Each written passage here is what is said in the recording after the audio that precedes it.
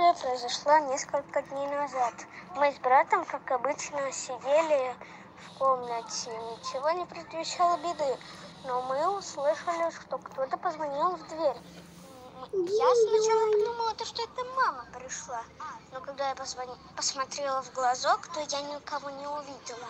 Я подумала, что мне показалось, но через несколько дней история повторилась, только это было уже поздно вечером.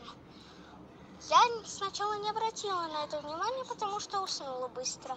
Потому что я уснула быстро из-за плохого и трудного дня.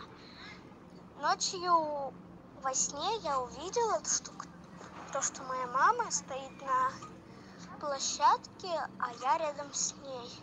И она мне говорит: доча, ни при каких обстоятельствах не открывай дверь после 12:00. И в это время, после 12:00, в дверь позвонили. Я спросила: мама, это ты? Никто не ответил.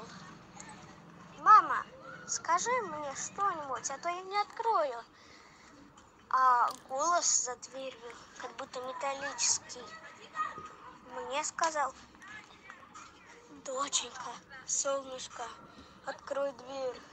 Я голодна после прогулки. Открой дверь. Турбина. Я уже хотела открыть, но вспомнила сон.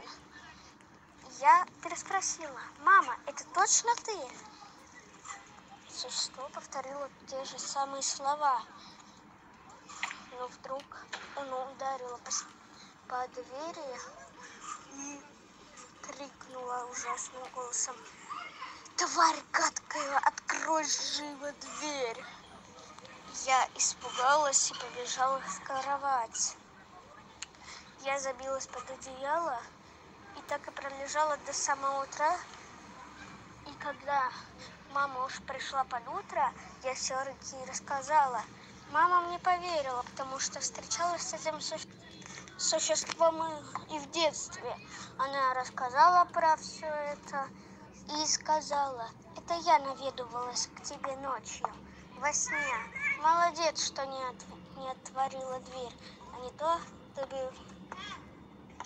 ты бы ощутила свою ту участь, которая произошла с твоим братом, а вернее с твоей прабабушкой.